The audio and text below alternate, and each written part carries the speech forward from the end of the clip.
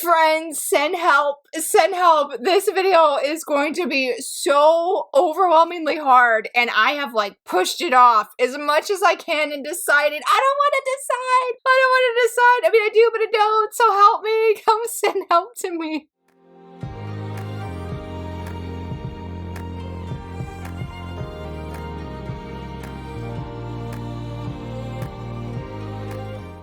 Hello friends, happy Friday. So very excited that you're here. You are in store for a treat to see me in pain and agony, which is probably not a good description. But like today, y'all, I am going to be choosing my ultimate favorite read from 2024. And like, so what I do and what I did last year, I think I talked about this or mentioned it in a different video, but last year a friend of mine has a bracket. I go through the bracket at the end of the year, well, start of the next year, and I decide from the bracket, I fill it out, and then we see what was my top ultimate read of 2024. So we have 12 favorite reads, but we got to break it down, because there can only be one. There's only one, but you know, when I was getting ready for this video, I was like, wait, Laura, people might want to know some stats. I was like, people might want to know some stats. And I was like, good, we can push off waiting to do filling out the bracket. So let's go ahead, please. Let's go ahead and do my year in books, as Goodreads likes to call it. And don't worry, if you're like, Laura, I don't care about your stats. I want to see you, break it down. I have timestamps down below, so you can definitely like hop around, skip around, do whatever you'd like to do, because I'm not quite ready. So yeah, let's talk about my year in books. According to Goodreads, I have read 316 books of 2024. I did my own math in my handy dandy reading journal, and I'm so crushed because I've used this journal for the last 2 years and there is no more space. I have no more pages. My reading journal,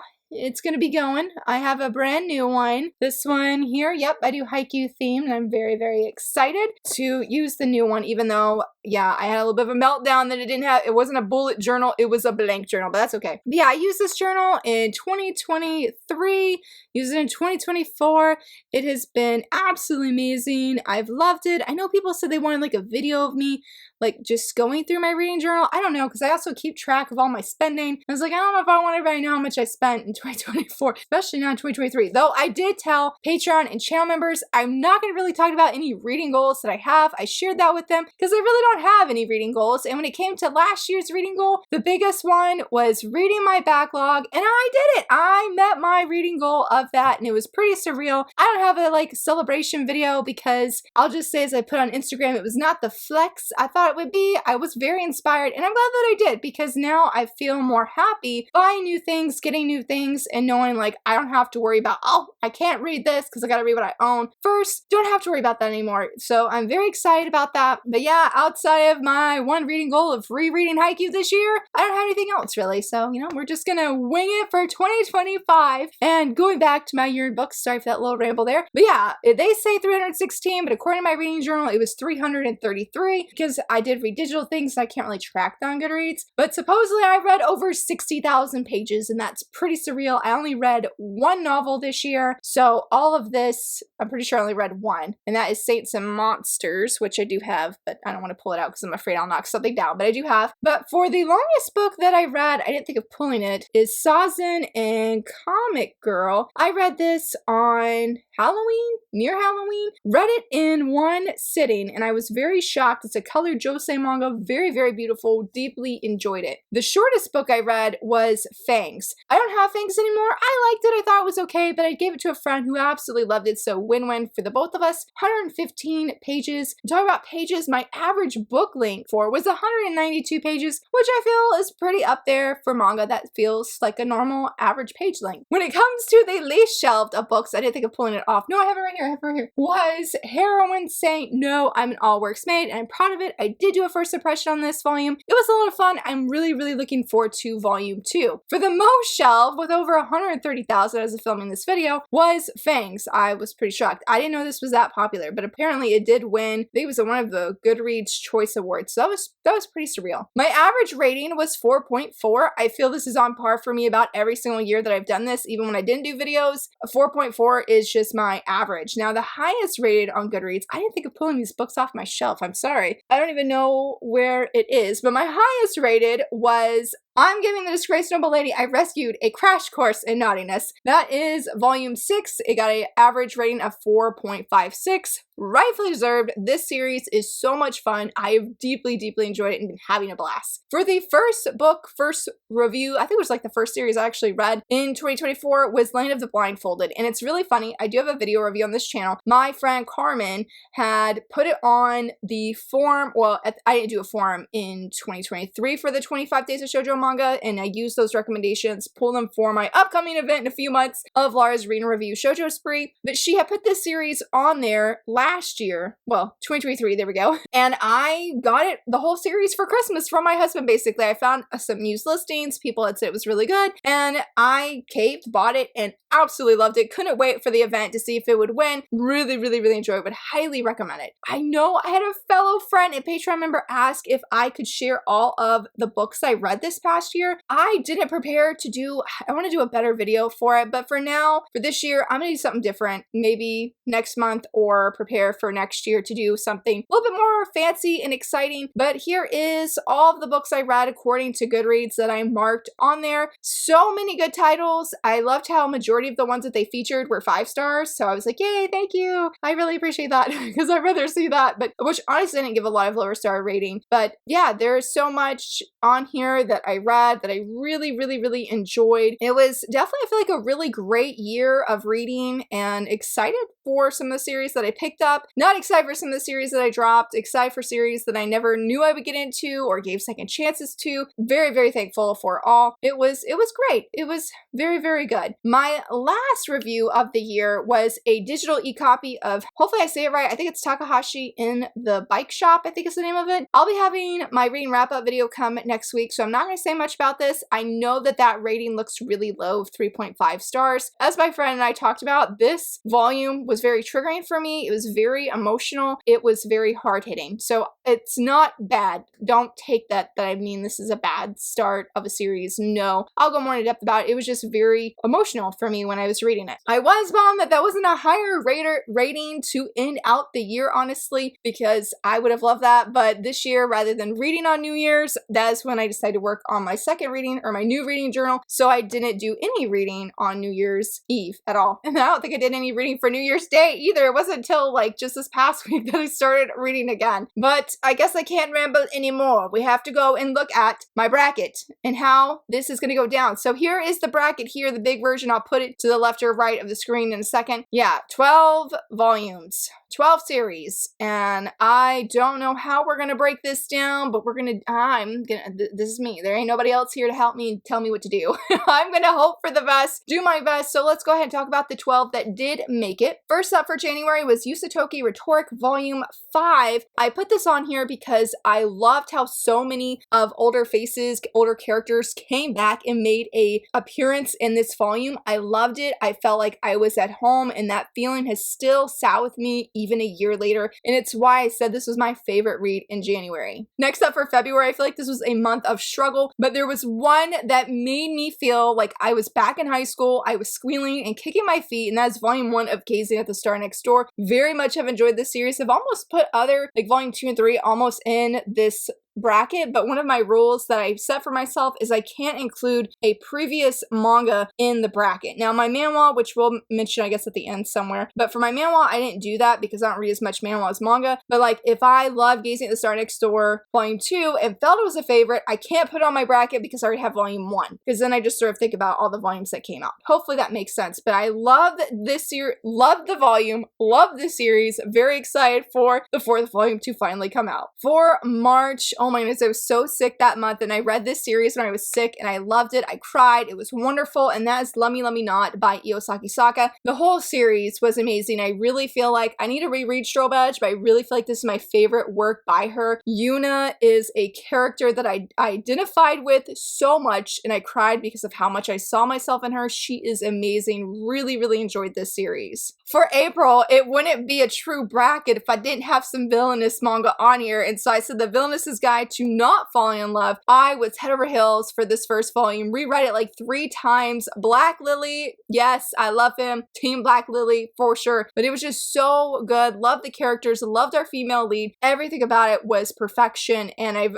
deeply enjoyed each and every volume. So much so that with volume 3, I wanted to throw it across the room because it ended on the worst cliffhanger. And I'm like, why? Why would you do this? That's a compliment that I wanted to throw it because I was so invested in what was happening. And I've been very invested in this entire series. So very good. For May, that's when my whole life just sort of flipped upside down because I read Glass with a Chance of Delinquent not just once, not just twice, but 6 times did I reread this series in the month of May alone. No contender for any other series to even remotely reach the levels that I felt when I read Glass with a Chance of Delinquent in that month. And I'm so excited because, oh, is it next week? Is it next week? I don't know what today's date is. What's today's date, guys? What's today's date? I don't know what it is, but it's coming. It is coming. I'm pretty sure it should be here next Tuesday. In English. Very, very excited. For June, I said volume 4 of Hi, I'm a Witch and My Crush Wants Me to Make a Love Potion. This volume was everything. I didn't love volume 1 when I originally started the series. I mean, I liked it, but man, the series just continues to get better and better. Whew, and everything that was happening in this volume was just like everything. And I was like, oh my goodness. I reread this volume at least 3 times as well because everything, the way everything just came together. That's like the spoiler-free version I could give you, but it was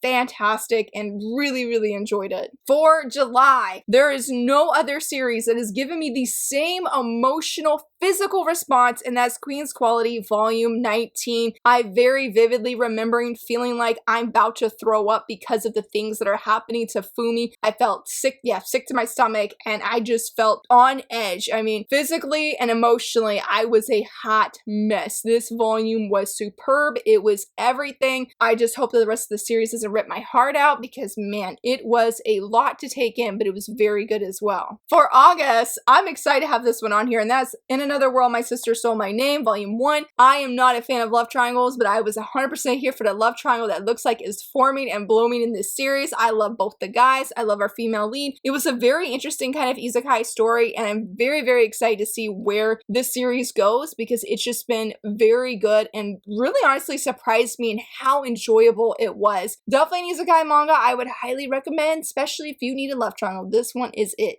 For September, Otoku Vampires Love Bite Volume 1, and I'm excited because Volume 2 is out in my mailbox. Finally, I was having issues with my post office where they wouldn't deliver it, and I'm like, please just deliver it, and it's finally out there. Hina was amazing, such a relatable female lead, and I love our guy as well. Like, the whole story was so fun, so engaging, and really that relatability was everything. Very excited to finally dive in to my second volume after this video. For October, I'm sort of saying a series, I think, and that is Kimi Todake From Me to You Soulmate. This series I read at just the right time. It wrecked me in just the right way, reminded me of I wouldn't say the power of friendship, yes, but like how you need community. You need people around you who see the real you and are there for you no matter if you're having the worst day being the worst person or if you're having the best day and being the best person. I was so caught off guard how much I related to Kurumi and how much Kurumi's story deeply encouraged me. Very much love this series. Have a video review if you're interested, and I was a little bit more transparent. I felt like I had my typical excited energy, but this series definitely touched my heart so much. I tried for every month to do shoujo, but in November there was one seinen, and I'm saying I'm the villainess, so I'm taming the final boss. Happily Ever After. This manga was perfect. It was like it was written for villainous fans of this series and you wanting more. You wanting to see that happily ever after. I loved every single page. I laughed so much. My heart just felt so overwhelmingly happy to be back with these characters again. I need to read the light novel for sure. The manga was so much fun and this was perfection just in every single way. And for December, last but not least, probably nobody is surprised. Love That's an Understatement, Volume 1. Perfection in every single way. I adored every page, every panel, everything, the storytelling, all of it was just amazing. And I also have a first impression of this volume and hopefully it will come back in stock very soon. I've seen at least 3 people say that they've wanted to get it and it's just not even available on Amazon like physically. And I'm like, Kodansha, please. Like you can't release such a beautiful series physically and then nobody can get it, or at least, you know, with Volume 1. So I'm excited for more volumes for sure, but I'm not excited about filling out this bracket. I know I've already said that, but the pain, y'all, the pain. So let's go ahead up here and let's start off with January and February of Yusutoki Rhetoric versus Gazing the Star Next Door. I feel bad, but I know, okay, that Gazing at the Star Next Door easily is moving on. I love Yusutoki Rhetoric, but I didn't love the volume after, I think volume 5, or maybe it was volume 7. There was one volume I just felt really unsure, and that was just because of the romantic direction the series is going in, and I just didn't know how I would feel about it. But then we got to volume 9, and I said, wow, this is amazing. I'm glad I kept reading, because I love Kaneko. I believe that's her name. Hopefully I'm not misremembering, but I love her. She's great. So I think as a whole, when I think about all the volumes that released this year, Gazing at the Star Next Door, I'm not a fan of angst. I love childhood friends to lovers, but the angst in this series is overwhelming, but in a good way. And I just feel like this is a series I have not been able to stop thinking about, and I'm over the moon for new releases. Oh my goodness. March and April, Love Me, Love Me Not, and The Villainess Guide to Not Falling in Love. So again, with Love Me, Love Me Not, I really saw myself in Yuna. I feel this was one of Iyosaki Saka's most strongest series that she's written thus far that I've read. The Villainess Guide to Not Falling in Love, I really love the relatability in that series as well, and how our female lead, Luciana, how she acts, the Black Lily, the things with her brother, the art, the action that has been in this series. Like, it's not just a romantic story. I mean, it definitely is the Otome game, and we don't know who the in-game is right now, but definitely that action is really what made, I feel like, this first volume so engaging, because I'm like, we're having these huge battles with these battles with these huge snakes, these serpents, and they are humongous. And it was just like, there wasn't where, okay, there's a fight scene, 2 pages, boom, let's go back to the actual story. No, like, there were several pages, like an entire chapter dedicated to the action scene. And we got to the 3rd volume recently, the stakes are so overwhelmingly high. And so it's really hard for me, because I feel like these are 2 very, very different series. I feel just so conflicted, because I love Yuna in Let Me, Let Me Not. I love Akari in Let Me, Let Me Not. And I feel like both of these young women really spoke to me and touched me. But I feel like with how excited I'm talking about The Villainess Guide, that I sort of feel like I want to say that one. But my first gut reaction was doing Let Me, Let Me Not. That was my first reaction of like, I want that to move on. But I think I'm going to say The Villainess Guide, because again, when I think of the excitement that I felt and the eagerness to keep reading more, it felt a little bit higher than Let Me, Let Me Not. I felt like the angst in Let Me, Let Me Not and the things with Akari was at times very hard, and I did not, was it volume 2, volume 3? I love the male lead, the blonde hair guy. I can't think of his name right now. I loved him, but originally, no, I didn't. So I think for the starting volumes, we're going to go with The Villainess Guide. And I'm going to hope that I don't regret that I'm saying that, because I'll be super sad otherwise. I mean, they're both amazing series, but they're very, very different. Let's go over to May and June. Now, I feel bad because I loved I Am a Witch, and I have no doubts if I were to reread it, I would deeply love it, but I'm going with Classes. I have been so obsessed with this series. I can't see myself putting I Am a Witch above how much I have loved this series and have kept up with it using points, tickets, well, just points on K-Manga to read it. I've adored it. I've bought the Japanese volume, so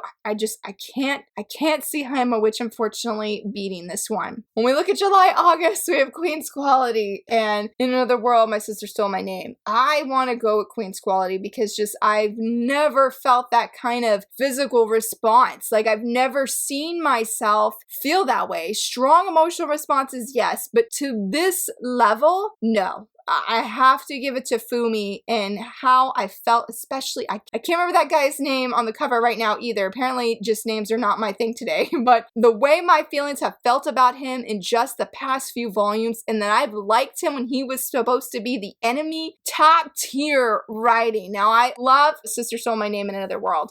I said that backwards, but I love that one. But again, this has to go to Queen's Quality. I just can't see anything beating this and what I felt. Let's go down here. Oh my goodness. September and October, Otaku Vampires Love Bite and Kimi Todoke's Soulmate. This feels almost impossible. I feel like both of these series deeply surprised me in that I just did not expect to be so attached to these characters. I mean, I thought I would enjoy both, obviously, but I never expected to have such where Hina was like, she's in my best shoujo girls now. And then with Kurumi, coming in where I did not like her in Kimi Todoke. I mean, I thought she was okay by the end of the series, and then coming in this series and starting to genuinely love her was groundbreaking for me. But I sort of want to say, even though I haven't read volume 2 of Otaku Vampire, I sort of want to say this because Hina is such an amazing female lead. Not saying Kurumi's not, but Hina's got something different. She's got something different and she's a lot of fun. And so I think I'm going to give this to Hina and hope that, again, this isn't like something I'm regretting in doing or anything, because Kurumi, I mean, like I said, her story deeply impacted me and changed me, especially in that moment in time in my life where I needed to see her overcome her struggles. But Hina she has really stood out in my mind past even when I read back in September. November, December, another super hard one because Love That's Understatement is just perfect. But the happiness and the giddiness and excitement I felt from I'm the Villainess, I'm Taming the Final Boss, this 4th volume, was everything. And I mean, I want to say it's no contest, but it's a contest because both of these are peak, if we want to use that word. Peak, I should say in quotes. I don't know. I don't even know what I could say to describe my feelings on these because I enjoyed them so immensely. I think I'm gonna go with Love That's an Understatement. Only in the sense they're both great, equally the same on same ground for me, equally, okay? But I feel like with Love That's an Understatement, it did something different for me in the sense I really appreciate the art and slow down when reading. That's not something I typically do. When I'm in that fangirl mode, I'm like, whatever, I'm here. I won't say I could care less about the art, but that is not my priority. We're here for the characters. We're here for the story. The art could be not the best. I'm like, whatever, I don't care. But Love That's an Understatement had me feeling I was in fangirl mode, but I was also admiring the art and taking that time to appreciate how everything was conveyed. So I think it's got that edge.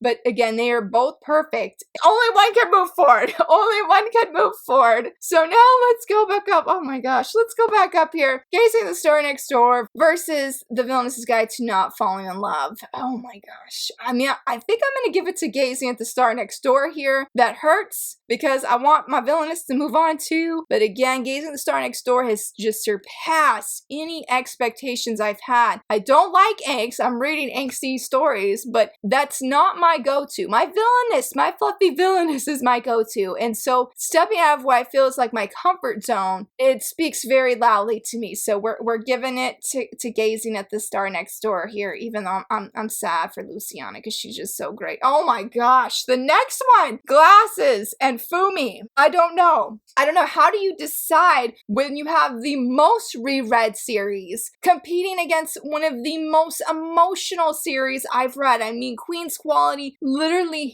helped heal things about how I viewed myself in my life on a mental level. The Glasses with Chance of Delinquents, it's the most reread manga I've ever read at this point. Even above, Daily Report About My Witch Senpai is probably number 1 at 7 by 1. But Glasses would be number 1. I don't know. This shouldn't even be a contest. It should be 2 moving forward. I mean, I feel that very strongly that both of them should move forward and they can't. I hate this.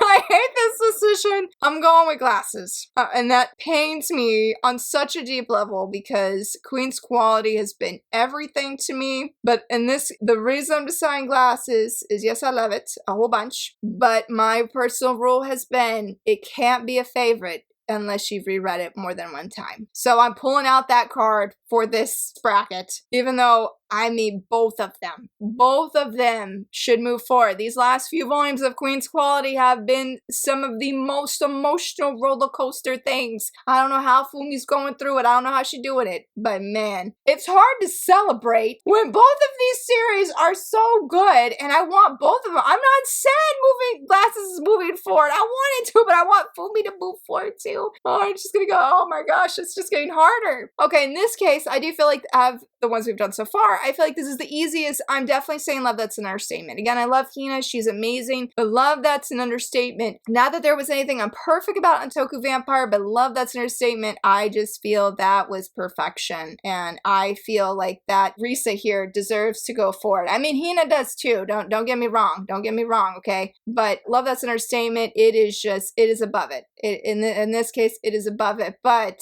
y'all, help me here. Help me here. I called it though at the beginning of this year. I don't know if I still have it, but I did say Glasses, Gazing at the Star Next Door, and Villains Are Destined to Die, that those were my 3 favorite series of 2024, and here we are. And sure enough, this is a good time to pause. If we look at my Manhwa bracket, which I filled out before we did this, the year of Raeliana was 2024. Raeliana, I loved it so much. Every volume surpassed the last, but I refuse to fill out this. I refuse to fill it out because I feel like Raeliana was my favorite read of the year, series-wise, but volume-wise, oh yeah, Villains Are Destined to Die, hands down. I am not over what Winter did. I am not over that betrayal. A year later, I have not forgotten. I have not forgiven the man. I know what he did, and I'm still mad a year later. It irks me. It boils my blood so much of what that man did. So I'm saying, for series, Raeliana, that was my Manhwa of 2024, but when it comes to individual volumes, volume 6 of Villains Are Destined to Die, yes. So let's rewind though, or let's go back to my manga bracket. I can only choose one. I have reread all of these. I've read them all at least 2 times. But when I see it like this, because I felt like I had an idea coming in, even though I hadn't looked at my bracket in several weeks, I felt like I had an idea of what I felt was my favorite read of the year. But when I see it like this, when I see it with the bracket, how do I choose? I'm going to narrow it down. I'm going to say Glasses versus Love That's an Understatement. I love Gazing at the Star Next Door, but I do not feel it could beat Glasses. It's great. It's amazing, but not quite on the same level as Momo. It now comes down to Love That's an Understatement was my gateway delinquent manga. It is the manga that put delinquent manga on my radar. But Glass with a Chance of Delinquent is the manga that got me hooked on delinquent manga. When I think back on the reading experience for both of these, I think I'm going to give it to Glasses. Even when I look at the 3 of these and I compare my reading experience for each one, I would rank it as Glass with a Chance of Delinquent, Gazing at the Star Next Door, and Love That's an Understatement. They're all good. I feel like I gotta like justify my actions. I feel like I'm like hurting these manga when I don't choose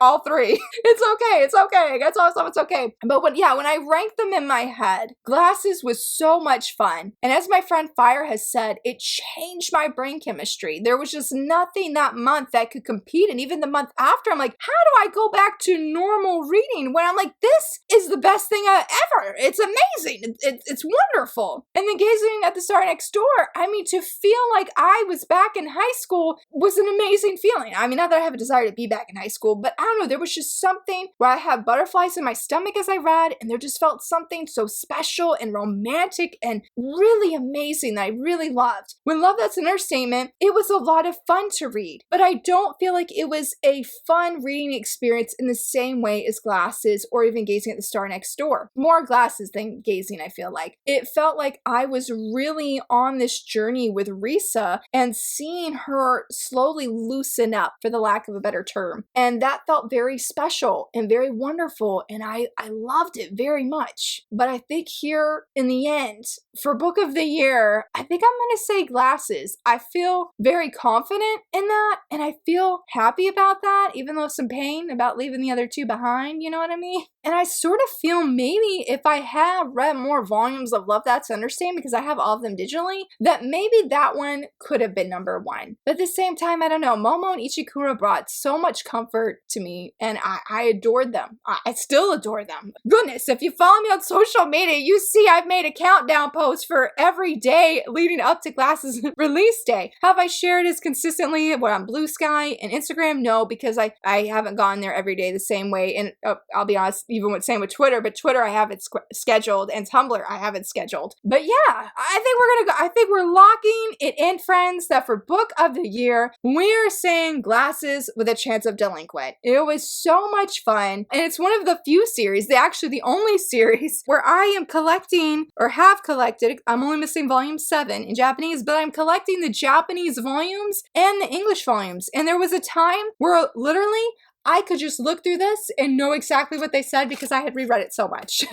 I'm like, that's a little bit extra, but that's just how much I enjoyed reading this. So I feel like Glass with Chances Delinquent rightfully deserved in winning Book of the Year for 2024. Honestly, we could just say Series of the Year because I reread all of it. But yeah, Series Book of the Year going to Glasses with a Chance of Delinquent. So excited to be back in this world upcoming this week. I'm overjoyed, but this time it'll be in English and I'll be able to read it all. I won't have to worry about what they're saying or go on Manga to refresh myself or anything. Nope, we'll be taking it all away. Look how cute they are. I love them so much. So yeah, that is my bracket. I'm happy. I feel like I'm pain-free now after going through this, though the struggle was real, y'all. The struggle was real, but I would love to hear from you, friends. What was your favorite read of 2024? If you're like me, I can't do that, Laura. What were some of your favorite reads that you super enjoyed? Let me know down below, and if you enjoyed this video, please give it a thumbs up and subscribe, and thank you so much for watching. Bye!